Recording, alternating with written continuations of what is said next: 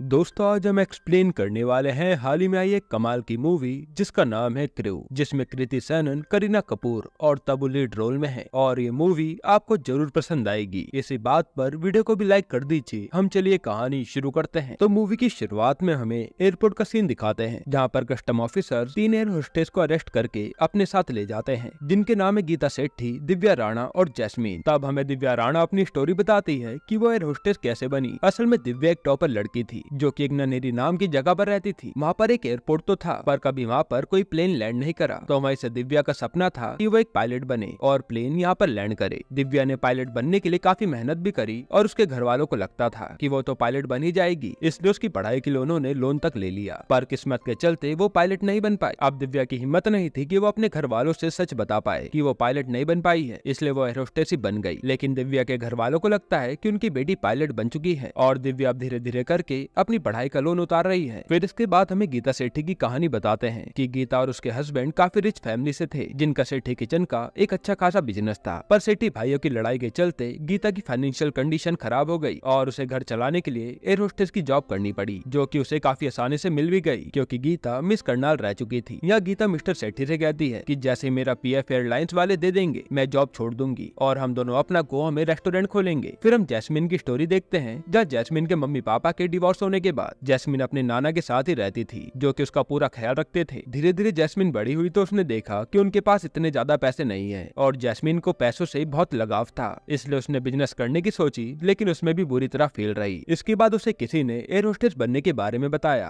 और ब्यूटीफुल होने के कारण उसे कोहिनूर एयरलाइंस में एयर होस्टेस की जॉब मिल गई और ये कोहिनूर एयरलाइंस का मालिक विजय वाल्या है। अब प्रेजेंट में इन तीनों से कस्टम ऑफिसर सवाल करती है और हमें पता चलता है कि इन्हें सोने की स्मगलिंग करने के इल्जाम में अरेस्ट किया गया है, जिसके बारे में ये कहती है कि हमें तो कुछ भी नहीं पता। तब ऑफिसर कहती है कि तुम्हें ये सब करने की जरूरत पड़ी ही क्यों। जिसके बाद हमें 6 महीने पहले का सीन दिखाते हैं, जहाँ गीता से दिव्या पूछती है कि हमें हमारी सैलरी कब तक मिलेगी, क्योंकि मुझे अपनी लोन की किस्तें चुकानी है। और न्यूज़पेपर में हम देख पाते हैं कि कोहिनूर एयरलाइंस कर्जे में डूब चुकी है, जिस पर गीता कहते हैं कि एचआर मित्तल से बात हुई है, जो कह रहे थे कि दिवाली के बोनस के साथ साथ सबकी सैलरी भी मिल जाएगी। फिर ये सब प्लेन पर अपनी जॉब करने चले जाते हैं, जहाँ गीता पर एक पायलट बनेरा लाइन मारने आता है और गीता उसे ज्यादा भाव नहीं देती। अब जॉब के बाद इन सबको सैलरी तो नहीं मिलती, पर रोजाना के डेली अलाउंसेस मिलते रहते हैं, जो कि बहुत कम थे और इन सबकी जिंदगी ऐसे ही चलती जा रही थी। साथ ही जैस्मिन एयरलाइंस की एक एम्प्लॉय को कभी कभी पैसे देकर भी मदद करती थी, क्योंकि जैस्मिन जानती थी कि उसको पैसों की जरूरत है, पर सैलरी तो उसे मिल नहीं रही। अब एक दिन तंग आकर गीता अपने क्रू के मेंबर राजवंशी से पूछ ही लेती है कि आखिर हमें सैलरी कब तक मिलेगी, जिस पर राजवंशी कहता है कि एयरलाइंस में ऐसी प्रॉब्लम्स आती रहती हैं। 9/11 में भी कुछ ऐसा ही हुआ था, पर कुछ टाइम में सबको पेमेंट और पीएफ सब कुछ मिल गया था। अब जब ये सब प्लेन में अपनी जॉब कर रहे होते हैं तो गीता राजवंशी को चाय देने आती है, पर वो देखती कि राजवंशी तो मर चुका है क्योंकि उसे सांस की प्रॉब्लम थी। तब वो अपनी साथियों को बुलाती है और ये डिसाइड करते हैं कि राजवंशी को सीपीआर देंगे, जिसके लिए दिव्या और जैस्मिन तो तैयार नहीं होती, पर इंसानियत के नाते ये काम गीता करने को तैयार हो जाती है। फिर जैसे गीता राजवंशी की चेस्ट प्रेस करने के लिए शर्ट खोलती है तो उसकी आंखें खुली की खुली रह जाती हैं, क्योंकि राजवंशी कई सारे गोल्ड के बिस्किट की स्मगलिंग कर रहा था। अब ये तीनों मिलकर राजवंशी को क्रू की सीट पर बैठाने जाती हैं और जैस्मिन कहते कि क्यों ना हम इससे सोना निकाल लें और जॉब छोड़कर अपनी लाइफ काफी अच्छे से जिए, जहाँ जैस्मिन दोनों को ही लालच देने लगती है। लेकिन गीता कहते कि नहीं, मैं चोर नहीं हूँ और मुझे जेल नहीं जाना, इसलिए गीता और दिव्या इसके लिए तैयार नहीं होती। इसके बाद ये लोग राजवंशी की बॉडी और सोना कस्टम वालों को दे देते हैं। यहीं पर हम जयवीर नाम के कस्टम ऑफिसर को देखते हैं, जो कि दिव्या को देखते ही स्माइल देता है और दिव्या जैस्मिन से बताती है कि ये दोनों बास्केटबॉल के टूर्नामेंट के दौरान मिले थे, जहाँ जयवीर और दिव्या करीब आए और इंटीमेट भी हुए, लेकिन उसके बाद ये फिर कभी नहीं मिले। अब जयवीर आकर दिव्या से बात करता है और उसका नंबर भी ले लेता है कि हम टच में रहेंगे। वहीं इनका एचआर मित्तल भी राजवंशी की बॉडी के पास खड़ा था, जिसे गीता बुलाती है, पर वो उसे इग्नोर कर देता है। और जब कस्टम वाले बात करते हैं तो हमें पता चलता है कि ये तो टोटल 12 किलो सोना था, जो कि अलबुर्ज ले जाया जा रहा था। जिसके बाद कस्टम वाले और भी ज्यादा एक्टिव हो जाते हैं। फिर यहाँ से ये तीनों अपने अपने घर आती हैं तो हम देखते हैं कि तीनों की घर की कंडीशन ज्यादा अच्छी नहीं है, जहाँ एक तरफ जैस्मिन ठीक तरह से अपना घर का भाड़ा तक नहीं दे पा रही, वहीं दिव्या के पापा को लोन की इंस्टॉलमेंट देने के लिए अपनी ऑल्टो बेचनी पड़ी और गीता और उसके पति को भी कम पैसों में गुजारा करना पड़ रहा है। अब जैस्मिन के पास उसके नाना आते हैं, जो कि उसे अपनी एक सोने की पुश्तैनी अंगूठी देते हैं और घर का भाड़ा देने के लिए जैस्मिन बिना बताए वो अंगूठी बेच देती है। इसके बाद जब गीता सब्जी खरीद रही होती है तो वहाँ उसकी मुलाकात उसके क्रू की मेंबर सुधा से होती है, जो पहले काम किया करती थी। गीता सुधा से पूछती है कि मित्तल जी कहाँ हैं, जो हमारा फोन तक नहीं उठा रहे हैं। असल में मित्तल ने अपनी पहली पत्नी को छोड़कर सुधा से शादी की थी, पर सुधा कहती है कि अब वो मुझसे भी ज्यादा ज्यादा बात नहीं करते। फिर हम न्यूज में विजय वालिया का इंटरव्यू देखते हैं जहाँ कहा जा रहा था कि कोहिनूर एयरलाइंस बैंकरप्ट हो चुकी है, लेकिन विजय वालिया कहता है कि ऐसा कुछ भी नहीं है, बिजनेस में कभी पैसा आता है तो कभी नहीं आता और ये सब हम मैनेज कर लेंगे और हम अपने 4000 एम्प्लॉयज का विश्वास टूटने नहीं देंगे। अब यहाँ गीता जब अपनी जॉब के लिए निकलने वाली थी तभी उसकी नजर मित्तल पर पड़ती है और वो मौका देखते ही मित्तल की गाड़ी के सामने आ जाती है, जिसके बाद मित्तल और ये दोनों साथ में होते हैं और गीता उससे सच पूछती है कि कोहिनूर एयरलाइंस बैंकरप्ट हो गई है क्या, इसलिए हमारे पैसे नहीं मिल रहे हैं ना। जिस पर मित्तल कहता है कि ऐसा कुछ भी नहीं है, पर बातों ही बातों में वो बता ही देता है कि हाँ अब किसी को भी पैसे नहीं मिलने वाले और गीता ये सुनकर उदास हो जाती है कि अब उसके पीएफ का क्या होगा। इसके बाद गीता सीधा एयरलाइंस के वेयरहाउस में दिव्या और जैस्मिन के साथ आती है और वहाँ से सब चीज भरने लगती है कि पैसा तो नहीं मिलने वाला,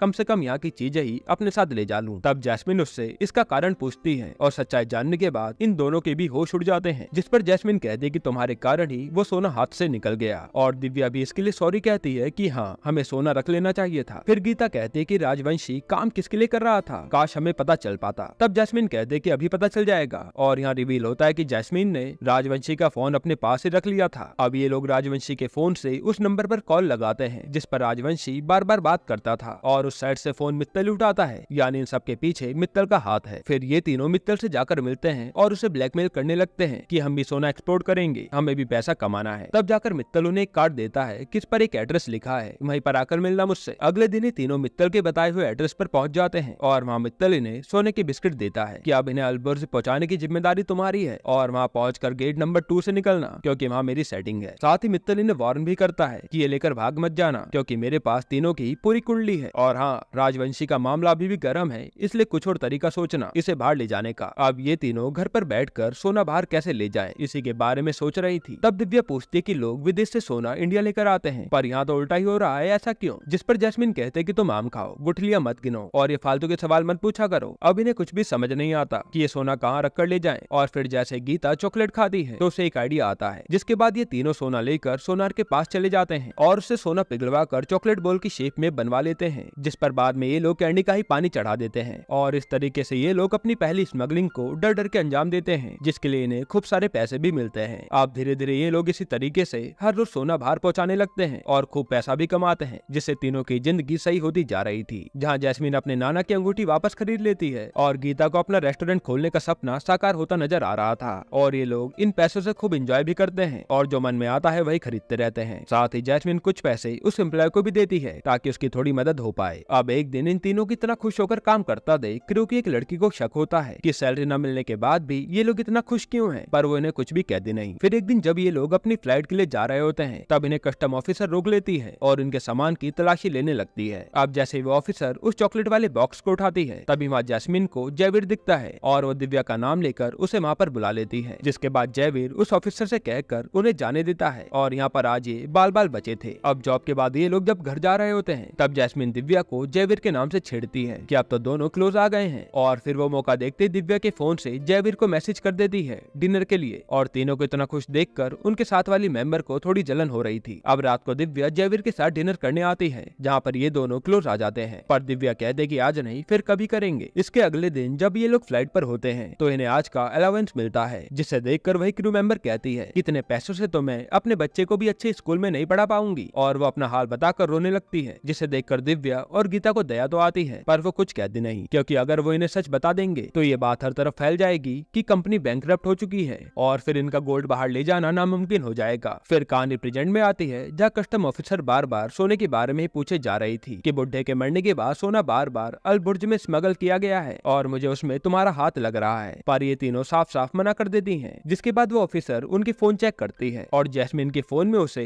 इन तीनों की बार में ग्रैंड पार्टी करते हुए फोटो दिखती है और वो पूछती है कि इतना पैसा कहाँ से आया। फिर सीन पास्ट में जाता है जहाँ ये तीनों जैस्मिन के बर्थडे की खूब पार्टी करते हैं और फिर शैंपेन की बड़ी बोतल लेकर नशे में घर लौट रहे होते हैं। तभी दिव्या एक लड़की से टकराती है और ये देखते हैं कि ये तो उनकी ही क्रू की मेंबर है। उसे देखकर इन तीनों का ही नशा उतर जाता है और वो लड़की भी सोचने लगती है कि इन पर इतना पैसा कहाँ से आ रहा है। फिर अगले दिन उसे कस्टम ऑफिसर पर किसी का फोन आता है और उसे टिप मिलती है कि आज की फ्लाइट से सोना बाहर जाने वाला है, जिसके बारे में वो जयवीर को बताती है और कहते कि ये 3 नाम भी टिप में मिले हैं। इसके बाद वही सीन आता है जो हमने मूवी की स्टार्टिंग में देखा था, जहाँ ये कस्टम ऑफिसर इन तीनों को अरेस्ट करके अपने साथ ले जाती है। अब प्रेजेंट में इन तीनों के पास से ऑफिसर को कुछ भी नहीं मिला था, इसलिए उनके हेड आकर कहते कि उन्हें जाने दो क्योंकि इससे हंगामा हो सकता है। तब वो ऑफिसर गुस्से में बाहर आती है और उसे गीता के बैग से चॉकलेट मिलती है और उसे याद आता है कि उस दिन भी इनके पास चॉकलेट थी। तो वो जल्दी से आकर उनके बैग से चॉकलेट की बॉक्स निकालती है, जो देखकर ये तीनों ही डर जाती हैं। अब जैसे वो ऑफिसर चॉकलेट खाती है तो वो नॉर्मल चॉकलेट निकलती है, जिससे वो बौखला जाती है क्योंकि उसे लगा था कि इसमें सोना होगा। अब कोई भी सबूत तीनों के खिलाफ नहीं था, इसलिए तीनों को ही छोड़ दिया जाता है। फिर हमें 6 घंटे पहले का सीन दिखाते हैं जहाँ इनकी फ्लाइट लैंड करने वाली थी। तब कैप्टन दिव्या को बताता है कि शायद आज घर जाने में लेट हो जाएगा क्योंकि कस्टम वाले चेकिंग कर रहे हैं। तब ये तीनों ही डर जाती हैं कि आज ये लोग बुरी तरह फंसने वाले हैं और इन्हें जेल हो जाएगी। लेकिन दिव्या को आइडिया आता है और वो सोना प्लेन के ही कैबिन में छुपा देती है, इसलिए ऑफिसर को सोना नहीं मिला था। अब प्रेजेंट में ये तीनों तो छूट जाती हैं, पर वो सोना प्लेन में उड़कर उनकी नजरों के सामने ही चला गया था, जो शायद अब मिलना मुश्किल है क्योंकि ड्यूटीज बार बार चेंज होती रहती हैं। इसके बाद जब ये तीनों घर जा रही थी तब जैस्मिन कहती है कि ये सब कोमल ने कस्टम वालों को बताया होगा क्योंकि उस दिन पार्टी के बाद उसने ही हमें देखा था। पर यहाँ किसी बात को लेकर जैस्मिन और दिव्या की आपस में लड़ाई हो जाती है और गीता दोनों को कार से उतार कर घर चली जाती है। फिर दिव्या पर जयवीर के कई कॉल भी आते हैं, पर दिव्या उसे नहीं उठाती। अगले दिन जब दिव्या अपनी फ्लाइट पर थी तब वो क्रू मेंबर को उनके बारे में बात करते हुए सुनती है और उसे लगता है कि वो क्रिमिनल तो नहीं बन गई क्योंकि दिव्या टॉपर होके भी ये सब उटपटांग काम कर रही है। फिर जब दिव्या एयरपोर्ट पर होती है तब उसे उसका भाई मिलता है, जो दिव्या को एयर होस्टेस की ड्रेस में देखकर शॉक हो जाता है क्योंकि उसे तो लगता था कि दिव्या पायलट है। जिसके बाद दिव्या उसे सब सच बताती है और वो कहता है कि जैसा चल रहा है चलने दो। अब कुछ दिन ऐसे ही बीतते हैं और एक दिन उसी फ्लाइट से सोना नीचे गिर जाता है, जिसकी न्यूज हर चैनल पर दिखाई जा रही थी। अब ये देखकर गीता काफी डर जाती है कि अब उनका क्या होगा, पर मिस्टर सेठी कहते हैं कि डरने वाली बात नहीं है क्योंकि पुलिस वालों के पास सबूत नहीं है कि ये तुमने ही रखा है। इधर जयवीर न्यूज देखकर अपनी ऑफिसर से कहता है कि तुम्हारी टिप सही थी, पर वो ऑफिसर कहती है कि अब क्या फायदा, वो तीनों तो बचकर निकल गई। फिर जयवीर से मिलने दिव्या आती है, पर जयवीर उस पर ही भड़क जाता है कि मुझे तुमसे कोई बात नहीं करनी। वहीं इस साइड जब जैस्मीन अपने घर आती है तो देखती है कि उसके नाना जी उसे हमेशा के लिए छोड़कर चले गए हैं और वह पूरी तरह टूट जाती है, जहाँ उसके साथ अब दिव्या और गीता आकर खड़ी होती हैं। फिर कुछ दिनों बाद न्यूज आती है कि विजय वालिया हमेशा के लिए देश छोड़कर भाग गया है और किसी भी एम्प्लॉय को एक फुटी कौड़ी नहीं मिलने वाली है, जिससे वो सारे एम्प्लॉय रोने लगते हैं। वहीं कोमल की बहस दिव्या और गीता से भी हो जाती है कि मैंने तुम्हें अपना समझा और तुमने हमें कुछ भी नहीं बताया, और वो कहते कि मैंने कस्टम वालों को भी तुम्हारे बारे में कुछ भी नहीं बताया था। यह सुनकर तीनों के ही होश उड़ जाते हैं। फिर जाते समय जैस्मिन सोचती है कि जब कोमल ने कस्टम वालों को कुछ भी नहीं बताया तो फिर कौन हो सकता है, और उसे कस्टम ऑफिसर की बात याद आती है जो कह रही थी कि मेरी जासूस इनके जैसे ही एक एयर होस्टेस रह चुकी है। तब जाकर गीता को याद आता है कि ये काम मित्तल की बीवी सुधा कर सकती है और ये तीनों जाकर सुधा को पकड़ लेते हैं। फिर सुधा इन्हें सच बताती है कि मित्तल ने मुझे भी छोड़ दिया है और उसने बाहर एक फिरंगी से सेटिंग कर ली है, इसलिए मैंने गुस्से में आकर कस्टम वालों को इन्फॉर्मेशन दी ताकि मित्तल भी पकड़ा जाए, पर कुछ भी फायदा नहीं हुआ। तब गीता पूछती है कि इतना सोना मित्तल पर आया कैसे, और सुधा बताते कि ये मित्तल का नहीं बल्कि विजय वालिया का ही सोना है जिसे तुम लोगों ने खुद बाहर पहुंचाया है, और वालिया भी मौका देखकर विदेश भाग गया, जिसे सुनकर इनके होश उड़ जाते हैं कि इन्होंने कुछ पैसों के लालच में अपने पैर पर कुल्हाड़ी मार ली। ना तो विजय का सोना बाहर ले जाते, ना ही विजय वालिया यहाँ से भागता। सुधा बताते हैं कि अगले हफ्ते तो वो अपनी बेटी की ग्रैंड वेडिंग भी करने वाला है। अब शाम के टाइम ये तीनों एक जगह पर मिलते हैं जहाँ दिव्या कहती है कि मैंने हिसाब लगाया तो हमने करीब 3000 करोड़ का सोना बाहर पहुँचाया है, जिस पर गीता कहते हैं कि अब हम ही ये सोना लेकर भी आएंगे, और इसके लिए ये तीनों ही मान जाती हैं। फिर अगले दिन ये विजय वालिया से सोना लूटने के लिए अलबुर्ज पहुंच जाती हैं और वहाँ रोज विजय वालिया पर नजर रखती हैं। फिर इन्हें वालिया जहाँ ठहरा था उस होटल के बारे में भी पता चलता है, जहाँ इन्हें मित्तल भी दिखता है और मित्तल के पास वही सोने के भरे बैग थे जो वो विजय वालिया को दे देता है। तब गीता कहते कि वालिया ने सोना यहीं पर रखा है तो हमें यहीं पर स्टाफ की नौकरी लेनी पड़ेगी, जिसके बाद गीता एक आदमी से कांटेक्ट करके